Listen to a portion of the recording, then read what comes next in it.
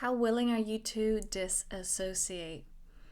So, what do I mean by that? This, and why is it important actually? Because this is a really important tool. If you master this, you are golden. Life just becomes so simple and easy.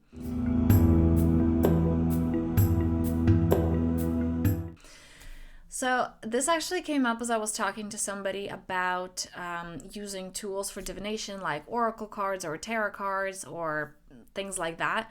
And I was emphasizing the importance of disassociation, that, like, yes, it's fun or it's used for guidance, but so many people just get obsessed with it and they need their cards every single day and they check them and they're looking for answers. Like, this is my answer, this is my solution. And it's so important to not fall into that trap.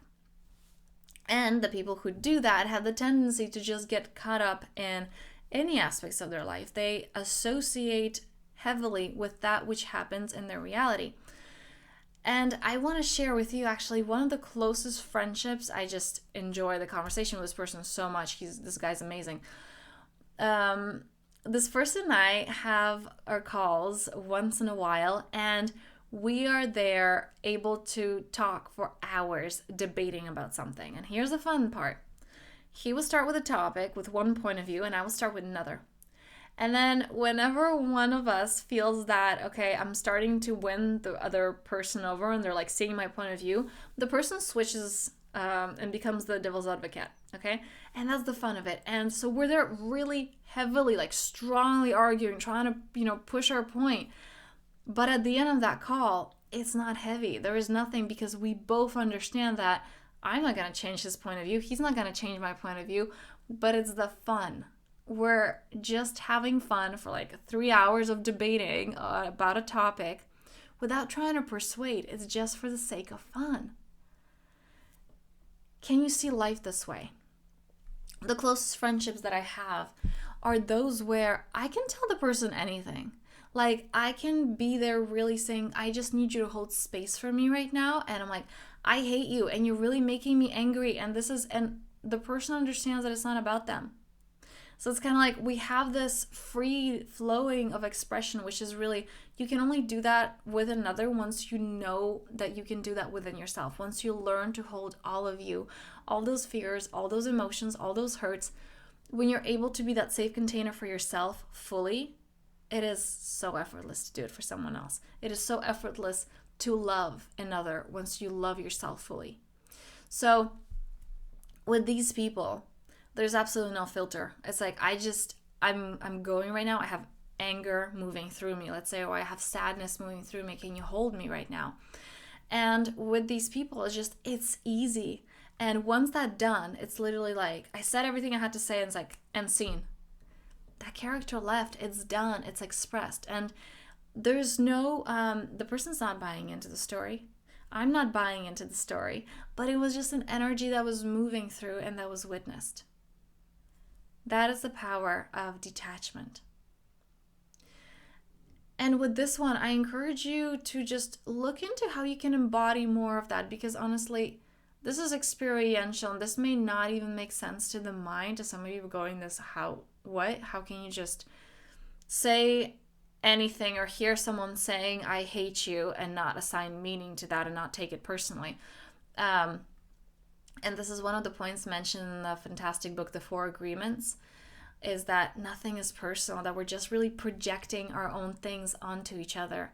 And the real power lies in, can I hold that for myself? So it's like, if you have anger moving through you, can you not judge that? Can you just see it as the anger moving through? And if I just fully feel it, then it's going to be released. There's not going to be a story. It takes under 5 minutes for anger to be fully released. Anything else is a story.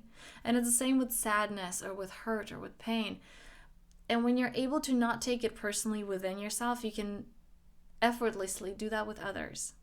I know that I already mentioned this, but I do want to emphasize that it is possible and it's doable and it's real. So where is it that in your life that you feel, I'm really getting caught up in this story, like this is really sucking me in, I'm getting influenced by this? And just practice affectionate detachment. What this means is when you're giving it your all, right? Let's say you have a goal or a target. Let's say you have a passion and you're giving all of yourself to it, your energy, you're excited about it, you really want it to do well. But you're not getting upset if it doesn't. You're not thinking your life is over if this goal fails. You're giving it your all affectionately while you're also detaching from it. You're not identify with it. It's just something that you get to experience, something you get to create, it's something you get to do. And in the same way, how can we be there for our emotions? How can we fully have fun with it and express it and feel it? Not dumping it on other people. This is not the same thing. This is not what I'm talking about in this video.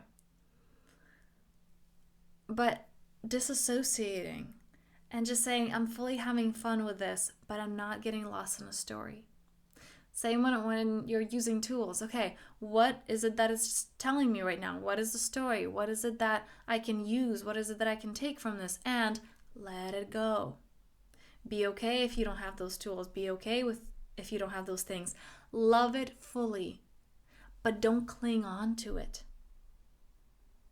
And this is true for absolutely anything. This is true for our goals, our targets, our relationships, our tools, our possessions.